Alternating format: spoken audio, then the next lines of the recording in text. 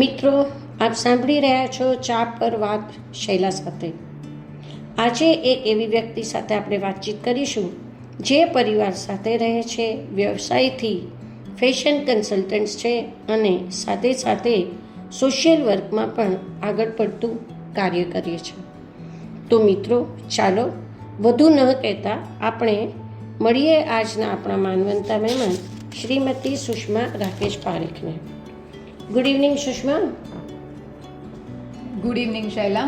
ચા પર વાતમાં સુષ્મા, આપનું સ્વાગત છે. Thank you. સુષ્મા, સૌથી પહેલાં તો મારે તને એ સવાલ પૂછવો છે કે you are a fashion consultant. Basically fashion designer બહુ સાંભળ્યા છે, પણ ફેશન કન્સલ્ટન્ટ શું હોય એ સાંભળવું છે. અને પ્રોફેશન આટલું સક્સેસ હોવા છતાં you change your line to social work, તો એનું શું કારણ છે? તો થોડીક માહિતી એના માટે મળશે? શ્યોર. ફેશન ડિઝાઇનરથી પછી આવે ફેશન કન્સલ્ટન્ટ. આપણે ફેશન ડિઝાઇનરમાં તમને ખાલી તમારા કપડાનું ડિઝાઇનિંગ મળે, તમને કલર્સ કે એવું બધું જે કપડાની ઉપર એનું કાર્ય હોય એ કહેવામાં આવે છે. પણ ફેશન કન્સલ્ટન્ટ એવું છે કે એ તમને ટોટલી એક આખું ઇમેજ તમારી ક્રિએટ કરે છે. કયા કપડાં સારા લાગશે તમારા સ્કિન ટોનને જોઈને, તમારી હાઇટ, બોડીને જોઈને, કઈ સ્ટ્રાઇપ્સ પહેરવી જોઈએ, કઈ ના.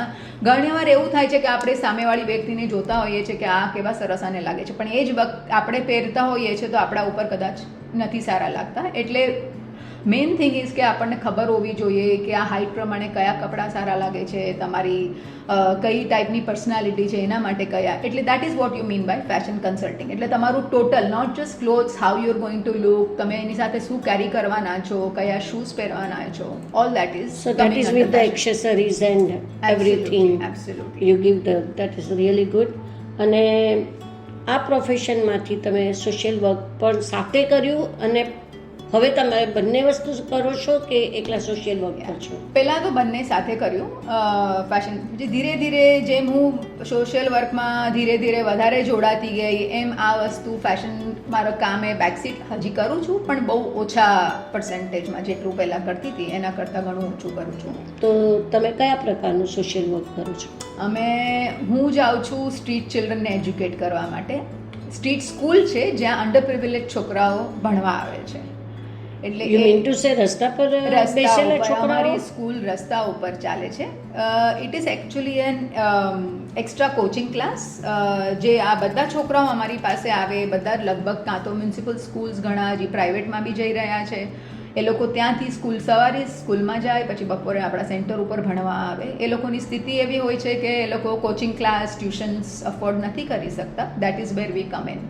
એટલે અમે એ લોકોને અહીંયા ટ્યુશનની જેમ રોજ 3 કલાક ભણાવીએ. તો it is as good as private coaching classes. Absolutely. અહીંયા એ લોકોની પાસેથી કોઈ ફીસ નથી લેતા, અને અમે બધા જ ટીચરો, એક સંસ્થા છે જે આ બધું કરે છે, અને એમાં ટીચરો બી એમ્પ્લોય કરીએ છીએ, કારણ કે સ્ટુડન્ટ્સ લગભગ બધા બહુ વર્નાક્યુલર મીડિયમમાંથી આવી રહ્યા છે. ઘણા જણ હિન્દી, મરાઠી, ઉર્દુ, તેલુગુ એ બધા મીડિયમના છોકરાઓ અમારી પાસે હોય. એટલે સંસ્થાએ 2-3 ટીચર એમ્પ્લોય કરે જે આ બધા મીડિયમને, વર્નાક્યુલર મીડિયમને શીખવાડી શકે. અને હું જાઉં છું ખાસ કરીને ઇંગ્લિશ ભણાવવા માટે બધા છોકરાઓને. તો પછી આ ટીચરો, જે લોકો, જે સંસ્થા નક્કી કરે, તો એ ટીચરોનું પણ એક એજ્યુકેશન વાઇઝ કંઈ હોવું જોઈએ કે ના, એ લોકો લગભગ એટલીસ્ટ બેસિક એ લોકોને આવડતું હોય, કારણ કે આ બધા છોકરાઓ બહુ બેસિક, અગર મ્યુનિસિપલ સ્કૂલ્સમાં જતા હોય તો 10th આપણે SSC મીડિયમ સુધીનું હોય લગભગ આ બધા. જે અને અમારે એવું છે કે અહીંયા આજ સ્કૂલને ચાલુ થયા અને લગભગ 25 વર્ષ ઉપર થઈ ગયું છે. એટલે ઘણા બધા એવા સ્ટુડન્ટ્સ છે અમારા જે અહીંયાથી જ પાસ આઉટ થાય, અને પછી જોબની માટે અગર સારા સ્ટુડન્ટ્સ હોય તો અમે જ એ લોકોને અહીંયા એમ્પ્લોયમેન્ટ આપી દઈએ, જેથી એ લોકોને કામ બી મળે અને આગળ પાર્ટ ટાઈમ એ લોકો જોબ્સ કરતા હોય કે ઘણા કોલેજ જતા હોય, પણ એ લોકોના ફ્રી ટાઈમમાં અહીંયા અમારી પાસે ટીચર બનીને આવે છે. અને એ લોકોને બધાને એવી રીતના હોય કે કાં તો એક હિન્દીમાં એની સ્પેશિયાલિટી હોય, બીજાની મરાઠીમાં હોય, કોઈની ઉર્દુમાં હોય. એટલે એવા બધા ટીચરને એમ્પ્લોય કરીએ કે જેને આ બીજા બધા સબ્જેક્ટ્સ ફાવતા હોય. પણ ડુ યુ થિંક કે તમારા કોચિંગ ક્લાસીસ એ લોકોના સિલેબસ પ્રમાણે આગળ ભણાવે અને વ્યવસ્થિત થઈ રહ્યું છે? અમારું નોર્મલી એવી રીતના જ હોય કે ડ્યુરિંગ ધ એન્ટાયર યર જે એ લોકોનું કરિક્યુલમ હોય એ પ્રમાણે જ અમે એ લોકોને ભણાવીએ. પણ તો બી વી કેનોટ ફરગેટ કે એ લોકો અને આપણા છોકરાઓમાં બહુ જમીન આસમાનનો ફરક હોય છે. અને ત્યાં મ્યુનિસિપલ સ્કૂલ્સમાં ટીચરો બી જે રીતે ભણાવે, એટલા બધા સ્ટુડન્ટ્સ હોય કે it is not anybody's fault or anything, પણ ધ્યાન એટલું દેવાતું નથી. એટલે જે અહીંયા આપણી પાસે અગર 4th છોકરો હોય તો કદાચ એને બધું સેકન્ડનું બી હજી પરફેક્ટ ન હોય, એટલે એ લોકોના બેઝ બહુ વીક હોય. એટલે અમારી બહુ મહેનત થાય કે એ લોકોના બેઝ પહેલાં પાકા કરાવીએ, પછી ધીરે ધીરે જે બેસિક્સ હોય એમના કરિક્યુલમ પ્રમાણે એમનું ચેપ્ટર્સ હોય એમને એ બધું શીખવાડે કે એટલીસ્ટ એ લોકો પાસ થઈ જાય. ઘણા એવા છોકરાઓ છે સુપર ઇન્ટેલિજન્ટ જે લોકોને 90 ઉપર માર્ક્સ મળે, પણ લગભગ 60-70% એવા છોકરાઓ હોય જેને અમારે ખૂબ મહેનત કરાવવી પડે, પણ પાસ થાય ત્યારે it is a big achievement, કારણ કે અધરવાઇઝ એ લોકોને પાસ ના થવાના ચાન્સીસ પૂરા હોય છે. યુ સેડ કે આપણા છોકરાઓ અને આ બાળકોમાં ઘણો ફરક હોય છે, તો તમે એમને બેઝિક, મારા ખ્યાલથી ફરક એટલે ગ્રોઈંગ અપમાં ફરક હશે બધી રીતે, તો બેઝિક એ લોકોને ડિસિપ્લિન એ પણ તમારે શીખવાડવું પડે બધી રીતે ડિસિપ્લિન, કારણ કે એ લોકો જે સિચ્યુએશનમાં જે સર્કમસ્ટાન્સીસમાં રહ્યા છે, મોટા થયા છે, એ લોકોને ઘણી બધી વસ્તુઓથી અંજાણ છે. ડિસિપ્લિન કહો કે આપણે રેગ્યુલર લાઈફમાં શું બધું ચાલી રહ્યું છે, દુનિયામાં શું ચાલી રહ્યું છે, how to go about doing things, કે એ લોકોના રાઇટ્સ ને રોંગ્સ એ બધાથી એ લોકો ઘણા અંજાણ છે. અને એ લોકો દે ડોન્ટ નો એની બેટર, કારણ કે રોજ એમાં ને એમાં જ એ લોકો, એટલા માટે અમે ખાસ કોશિશ કરીએ કે અહીંયા તો એ લોકો આવે જ, ભલે ભણવામાં હોશિયાર હોય કે ના હોય, પણ એટલીસ્ટ અહીંયા આવીને અમારું કંઈક સાંભળે, કંઈક બીજું કાન ઉપર પડે. That is the main thing. એટલે એ ફરક બહુ મોટો છે. અને ઓલ્સો ઓફકોર્સ આપણા છોકરાઓ પ્રાઇવેટ સ્કૂલ્સમાં જ લગભગ ગયા હોય છે, એટલે ત્યાંનું બધું એટમોસ્ફિયર, એટલે હું શું કામ બોલી એના માટે કે જ્યારે બી ઘણીવાર વોલેન્ટિયર્સ બી આવતા હોય કે કોઈ બી આવતું હોય, એ લોકો જ્યારે છોકરાઓને ભણાવે, એ લોકોના એક્સપેક્ટેશન્સ એવા જ હોય કે એ છોકરું તમારા છોકરાની જેમ જ જવાબ આપશે, કે તમારા છોકરાની જેમ જ બધું આવડતું હશે. વી કેનોટ ફરગેટ કે એ લોકો કદાચ 3 સ્ટાન્ડર્ડ્સ બિહાઇન્ડ છે, ભલે આજે 5મામાં છે, પણ you have to treat them that they are second standard students. અને એવી રીતના જ, એટલે ઘણીવાર એવું થતું હોય છે કે વોલેન્ટિયર્સ આવે છે, પણ they are not able to comprehend or એક રેપો નથી બનાવી શકતા છોકરાઓની પાસે, કારણ કે એ લોકો નિરાશ થઈ જાય છે. જ્યારે આપણે એ લોકોને એમ બતાડીએ કે ના ભાઈ આ તમને નથી આવડતું, આમ કેવી રીતના હજી નથી આવડતું, તમે તો 5thમાં છો, તમને આટલું બી બેસિક નથી આવડતું, એટલે આપણી વાણીમાં બી બહુ બધો ફરક પડી જાય છે કે આપણે કેવી રીતના એ લોકોને હેન્ડલ કરીએ છીએ. So Sushma, I have always seen you very dedicated for your this social work. So પણ તમને આ સોશિયલ વર્ક કરવાનો વિચાર કેવી રીતે આવ્યો? Because there are many social works going on, તો સ્પેશિયલી સ્ટ્રીટ ચિલ્ડ્રનને ભણાવવા માટેનો વિચાર કેવી રીતે? એવું નહોતું કે મારે સ્ટ્રીટ ચિલ્ડ્રનને જ ભણાવવું છે.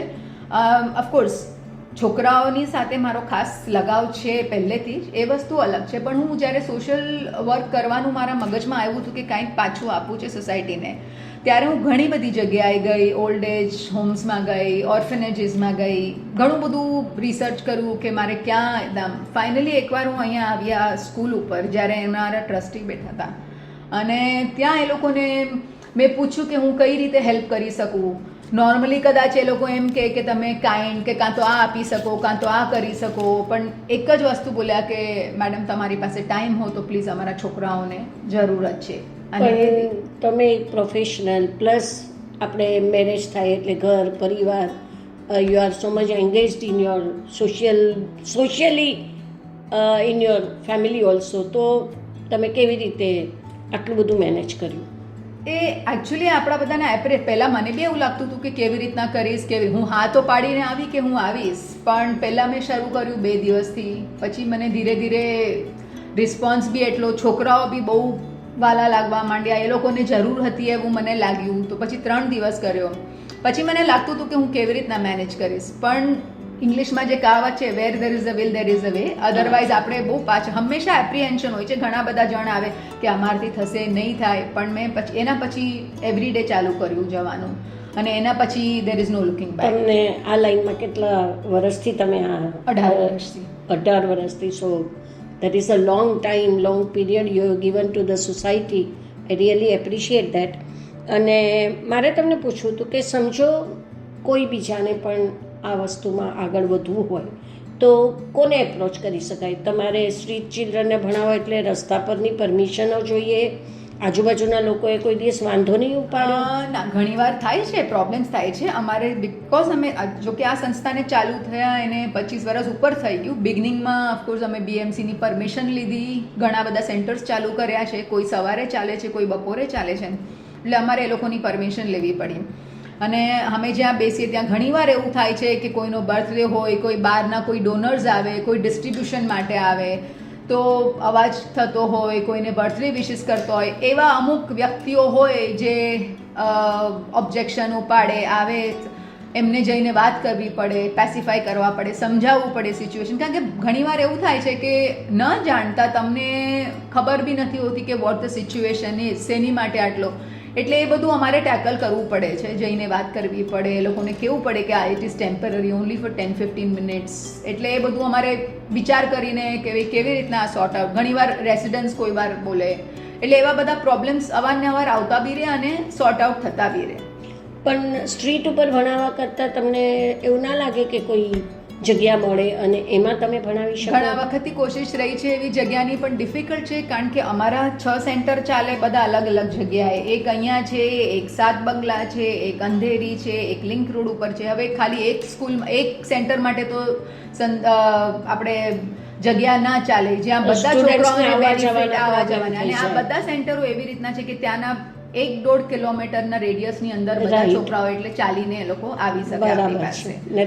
અને મોન્સૂન્સમાં અમને સૌથી વધારે પ્રોબ્લેમ થાય છે જ્યારે અમે પાછા પરમિશનથી ફૂટપાથ ઉપર ટાર્પોલિન બાંધીને નીચે ભણાવતા હોઈએ છીએ, પણ એ વખતે સૌથી વધારે રજા થઈ જાય છે છોકરાઓની, કારણ કે આપણા બોમ્બેના મોન્સૂન્સ ઘણીવાર એટલા ખરાબ હોય છે કે પાણી બાંધવા છતાં પણ પાણી બહુ અંદર આવી જાય છે, એટલે અમારે છોકરાઓને ઘરે મોકલી દેવા પડે. અને કોઈ વાર એવું થાય કે એટલું જ બાંધેલું હોય કે આ છોકરાઓ એ દિવસે બહુ વધારે થઈ જાય, એટલે નાનાને ઘરે મોકલે અને અમે મોટા જેને જરૂરી છે એને બેસાડીએ, એને ભણાવીએ. અને તમારે એ લોકોની એક્ઝામ્સનું પણ ધ્યાન રાખવું પડે. એક્ઝામ આવે એટલે મેં તમને કીધું ને, આપણે કરિક્યુલમ પ્રમાણે જ જઈએ, રોજ ભણવાનું હોય. એટલે આજે હવે ટેસ્ટ આવવાની હોય તો એ લોકોના ચેપ્ટર્સ શું છે એની એક્ઝામ લઈએ, એને શીખવાડીએ, એટલે એ સ્કૂલના પ્રમાણે જ અમે ચાલીએ. તો સુષ્મા, કોઈને પણ આપણો એપ્રોચ કરવો હોય તો એ લોકો આપણને કોમેન્ટમાં નાખે તો we can help them to give the details of the સંસ્થા અને હાઉ દે કેન ગો. હા, અને નોર્મલી કોઈ આવે મારો નંબર લઈને જાય, તમે આપી શકો છો. પછી અને સોશિયલ વર્ક કરવાના તો બહુ બધા એવેન્યુઝ છે. આપણે ક્યાંય બી આપણું યોગદાન કરી શકીએ છીએ. કેટલું બધું આપણે ઓર્ફેનેજીસ છે, ચિલ્ડ્રન્સ હોમ છે, સિનિયર સિટીઝન્સ, બધી જગ્યાએ એ લોકોને કાંઈક ને કાંઈક હેલ્પ જોતી હોય છે. કોઈ વાર કોઈ વાત કરવા માટે નથી હોતું ઓલ્ડ એજ હોમમાં, ત્યાં જઈને તમે કદાચ 1 કલાક એમની સાથે સ્પેન્ડ કરો તો બહુ ખુશીની વાત છે. નાના છોકરા ઓર્ફનેજીસમાં એ લોકોને અલગ કિસ્મની મદદ, કોઈ વાર મેડિસિન્સ જોતા હોય છે, કોઈ વાર અનાજ જોતું હોય છે, કોઈ વાર બેબી ફૂડ જોતું હોય છે, તો એ તમને ડોનેશન્સ મળી રહેશે લોકો. એટલે પછી આપણે આ તો બધા એવેન્યુઝ કીધા મેં કે આપણે જેને બી જ્યાં જવું હોય ત્યાં. અને અમારે તો એવું છે કે સંસ્થા છે એટલે, અને પણ બીજી એક સંસ્થા બી છે જે અમારા છોકરાઓને રોજ ખાવાનું મોકલાવે છે, એટલે એ બહુ સારું છે કે છોકરાઓને રોજ ફૂડ મળે, કાં તો ખીચડી, દાલ, રાઈસ, એટલે એવું ન્યુટ્રિશિયસ ફૂડ એ લોકોના માટે આવે. રોજ બ્રેક પડે ને ત્યારે એ લોકો ખાય. બાકી અમારા ઘણા બધા ડોનર્સ છે જે આવે, પૂછે કે ભાઈ શું જરૂર છે, અત્યારે શું તમને કરવું છે. ઘણા જણને તો બહુ વર્ષોથી આપણી સાથે એસોસિએટેડ, એટલે એ લોકોને છોકરાઓને ક્યાંક જવું છે તો ફિલ્ડ ટ્રીપ કરાવી છે તો એ બધું સ્પોન્સર કરી આપે, ક્યાંક લઈ જવા છે તો એ બધું સ્પોન્સર. પછી એક્ઝામ ટાઈમે કે એની પહેલાં સ્કૂલ ખુલે તો એ બધી સ્ટેશનરી આપીને જાય. એટલે એવા ઘણા બધા ડોનર્સ છે. એવી રીતે તમે કાઇન્ડમાં એવી રીતના કરી શકો, અને તમારે કંઈક ટાઈમ હોય તો તમે આવીને હેલ્પ કરી શકો. ખૂબ સરસ સુષ્મા, તારી માહિતીઓ આજે ખરેખર તો મને પણ ઘણી બધી સમજણ આજે જ પડી છે. પણ આઈ એપ્રિશિએટ કે સોશિયલી આપણે જેટલું સમાજને આપી શકીએ એ ઓછું જ પડતું હોય છે.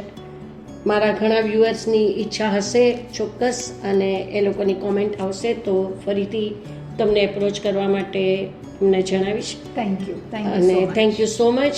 આજની વાતો ખૂબ જ ઇન્ટરેસ્ટિંગ રહી.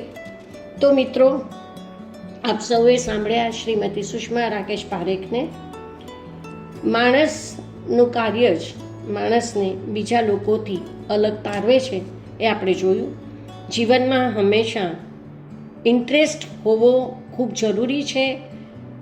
અમુક વર્ષ થાય છે જ્યારે છોકરાઓ આપણાથી અલિપ્ત થતા જાય છે, એ લોકો પોતાના કાર્યમાં બિઝી થતા જાય છે, આપણી શરૂઆત હોય છે જીવનની ઘર પરિવારની સાથે.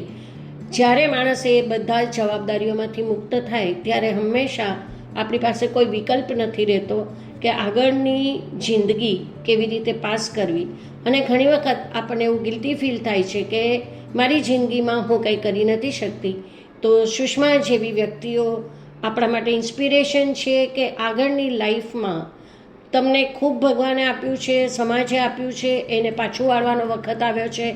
તો આ એક અનોખી રીત છે જે આપણે સૌ અપનાવી શકીએ.